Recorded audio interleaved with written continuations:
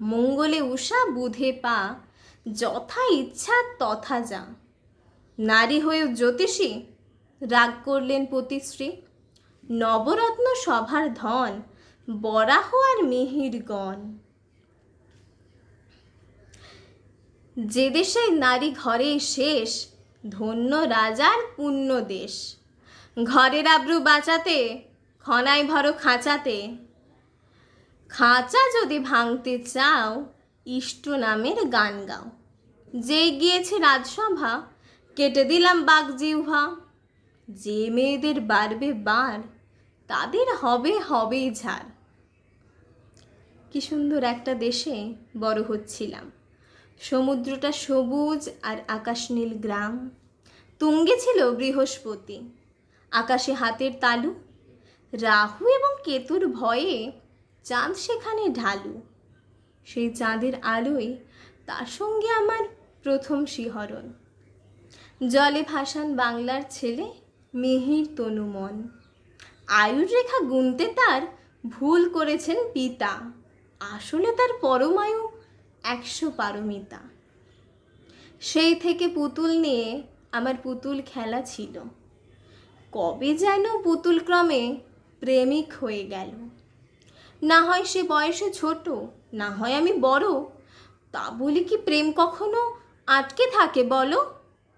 ভালোবাসার মিহির ক্রমে জ্যোতিষ শিখে নিল। গুরুমশাই বুড়ো হলেন, মিহির যুবক ছিল। সিংহলের মায়া কাটাতে চাই সে, মন পড়েছে মাটির টানে বাংলাদেশের ঘাসে। অবশেষে বাংলাদেশে এলাম তার, বাপ্পিতে মোর ঠাঁই। অনেক জল ঘোলার শেষে সংসারে পাক খায়। পুঁথি আমার উঠল ভরে বচন এবং শ্লোকে। চাষাভূষর বাংলাদেশে বচন পড়ে লোকে। বাতাস সেই বচন নিয়ে গেল রাজার কাছে। স্বামী শ্বশুর সিটিয়ে থাকে, রাজা বকেন পাছে। মেয়ে মানুষ জ্যোতিষ গণে, বচন লেখে ভালো। এখনই ওকে সামনে আনো, মুখে ফেলবো আলো। রাজার কথা শুনেই মিহির বড়ই চমকান। কি করে এই গুচ্ছ কথা হলো পঞ্চকান? বউটা বড়ই বেহায়া তোর মিহির, শুনে রাখ।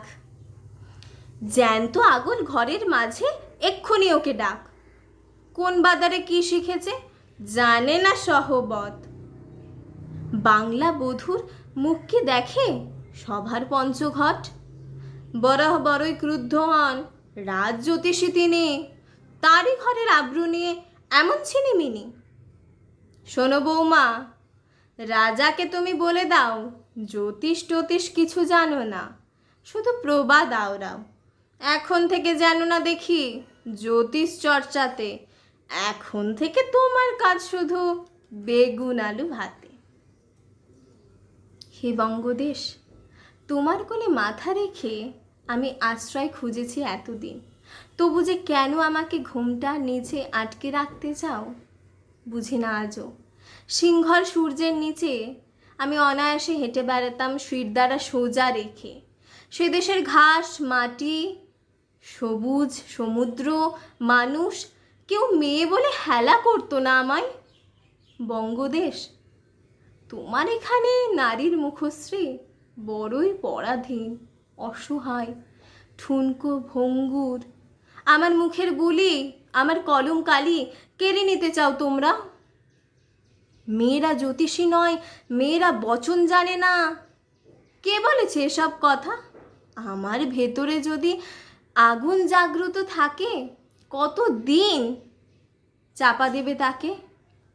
যে পিতা আমার জন্য তার ছেলেকে ফিরে পেল, যে ছেলে আমার জন্যই তার ঘরে ফিরে এলো, আজ তারাই আমাকে কোণঠাসা করে এক ঘরে করে বন্দি করে রেখেছে হেসেলে। সত্যি বঙ্গদেশ, আমি যে লিখতে চাই, আমি যে বলতে চাই, সে বোঝার মতো মন নেই তোমাদের বঙ্গদেশ।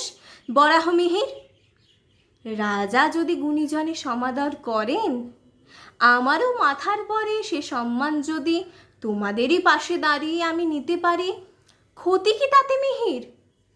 ক্ষতি বড় ভয়ানক, ক্ষতি ছিল বড় ভয়ানক। জিভ আগলাতে পারিনি আমি, জিভ সামলাতে পারিনি। অসহায় একা মাঠে দাঁড়িয়ে আজও কাঁদছে মোর জিহ্বা। তলোয়ার খুলে জল্লাদ ছুটে এলো।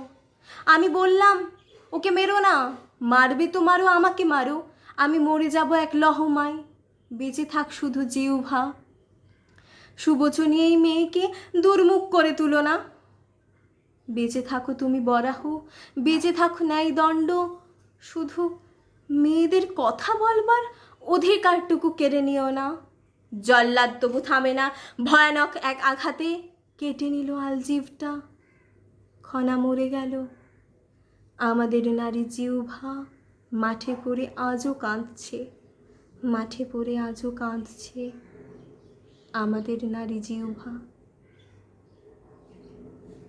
নমস্কার।